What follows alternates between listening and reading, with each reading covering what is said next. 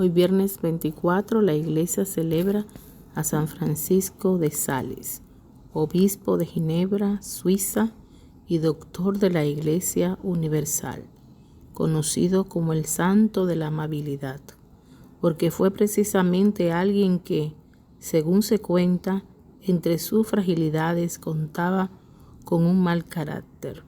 Siendo así, se acogió a la gracia divina y a los cuidados maternales de la Virgen para dominar aquella horrible pasión y trocarla en virtud. Dios, que lo vio batallar cooperando con su gracia, le concedió la corona de la santidad.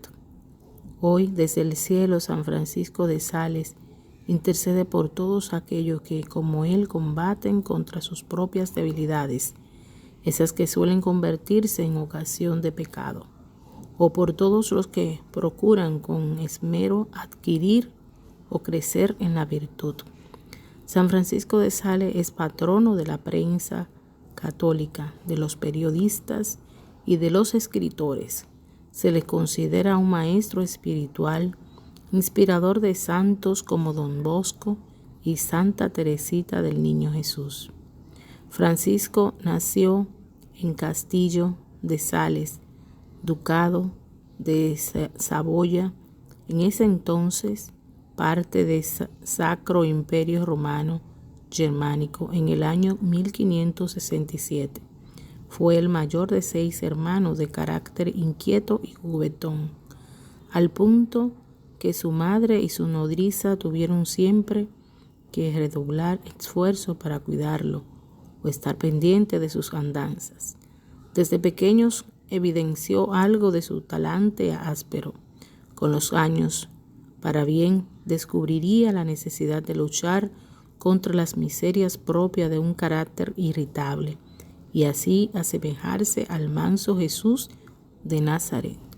Cuentan sus biógrafos que cierto día un calvinista visitó el castillo en el que vivía y el pequeño Francisco, al enterarse, tomó un palo y fue a corretear a las gallinas gritando: «¡Fuera los herejes! ¡No queremos herejes!». Su padre, por su parte, queriendo que Francisco crezca bien disciplinado, eligió como preceptor a un sacerdote, el padre Deji, un hombre de talante muy exigente.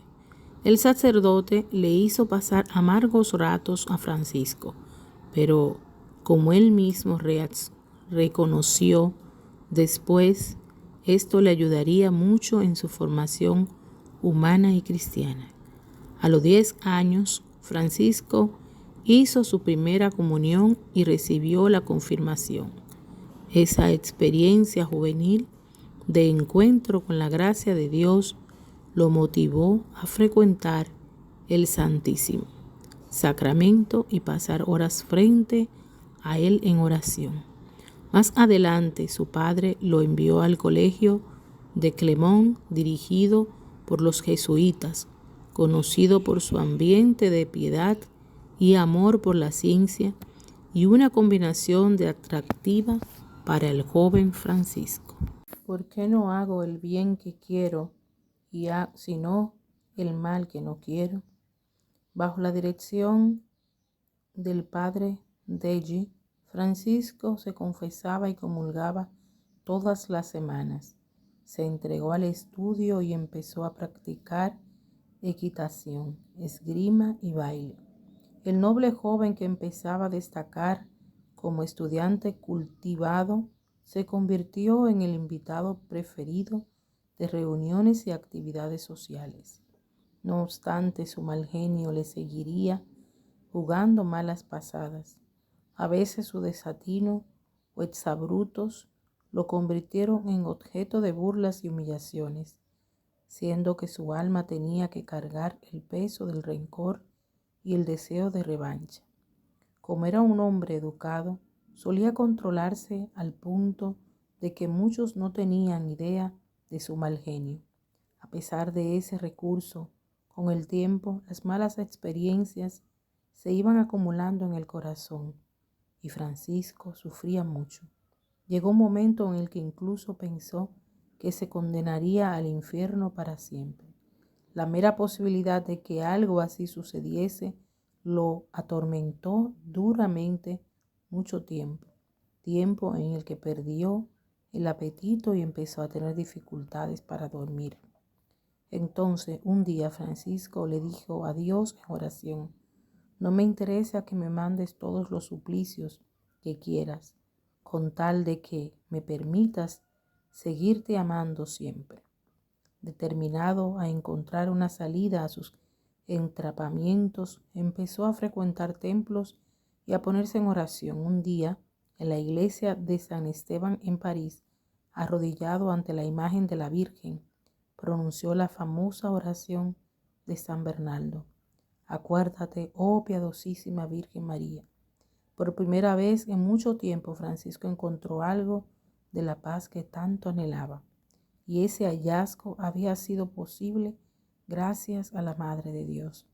Haber pasado por una prueba de esta naturaleza curó mucho del orgullo que sin saber le había atormentado tanto tiempo.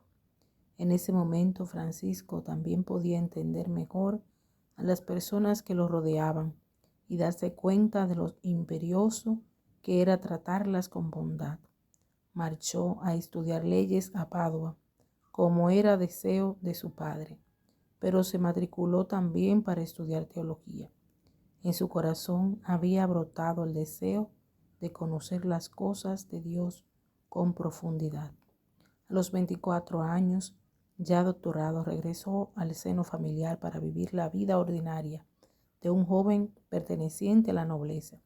Su padre deseaba que se casara y que obtuviese algún puesto importante, pero Francisco ya llevaba dentro de la inquietud de consagrar su vida totalmente al servicio de Dios. El joven así confesaría a su padre su deseo de ser sacerdote. Al principio se encontró como una férrea resistencia, pero finalmente el padre se dejó convencer.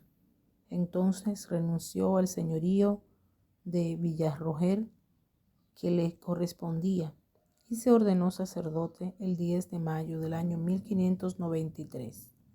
Primero se desempeñó como canónigo de Annecy, aunque a la muerte del capítulo de la Catedral de Ginebra, un grupo de personajes influyentes, entre los que estaba su primo, el canónigo Luis de Sales, intercedió ante el Papa para que le otorgara el cargo vacante a Francisco.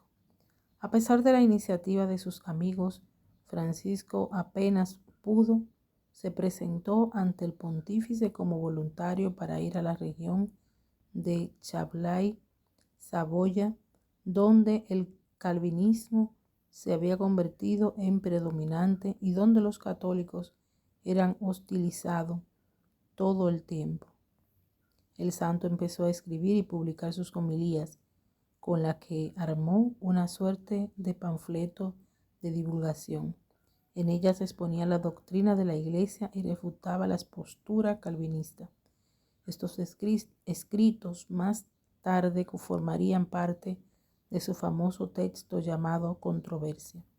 Con todo, lo que la gente más admiraba era la paciencia con la que el santo soportaba las dificultades y penas que su cargo le originaba. El pontífice lo confirmó como coadjutor de Ginebra y el santo regresó a su diócesis a trabajar como empeño redoblado. A la muerte del obispo Francisco le sucede en el cargo y fija su residencia en Annecy. En ese período tuvo como discípula a Santa Juana de Chantal, con quien fundaría la Congregación de la Visitación en el año 1610. Con las notas con las que instruía a la santa, compuso su célebre Introducción a la vida devota, la más conocida de sus obras. En el año 1622, el duque de Cebolla lo invitó a reunir con él en Aviñón. El santo obispo aceptó la invitación, preocupado por el bienestar de la parte francesa de su diócesis. El viaje, sin embargo, era arriesgado debido a su cada vez más débil salud y al recio invierno. Luego de encontrarse con el duque, San Francisco inició el retorno a aquella travesía. Sería la última. Se detuvo en Lyon y se hospedó en la casita del jardinero del convento de la Visitación. Desde allí atendió espiritualmente por un mes entero a las religiosas. Fue el tiempo en el que disertó y escribió sobre la humildad. Luego, a pesar del crudo invierno, prosiguió el viaje predicando y administrando sacramentos hasta que las fuerzas lo dejaron. San Francisco de Sales murió a los 56 años, el 28 de diciembre del año 1622. Un día después de la muerte del obispo, la ciudad entera de Lyon desfiló frente a la humilde casa donde había fallecido, dado que gozaba de fama de santidad. En el año 1632 abrieron su féretro para saber cómo estaban sus restos. El cuerpo del santo estaba en un buen estado y lucía como aquel que gozaba de un apacible sueño. San Francisco de Sales sería canonizado en el año 1665 y en el 1878 el Papa Pío XI lo declaró doctor de la Iglesia. No mucho después, San Juan Bosco lo haría patrono de su recién fundada congregación, la Pía Sociedad de San Francisco de Sales, y lo convertiría en modelo para el servicio de sus hijos espirituales, los salesianos. San Francisco de Sales ruega por nosotros.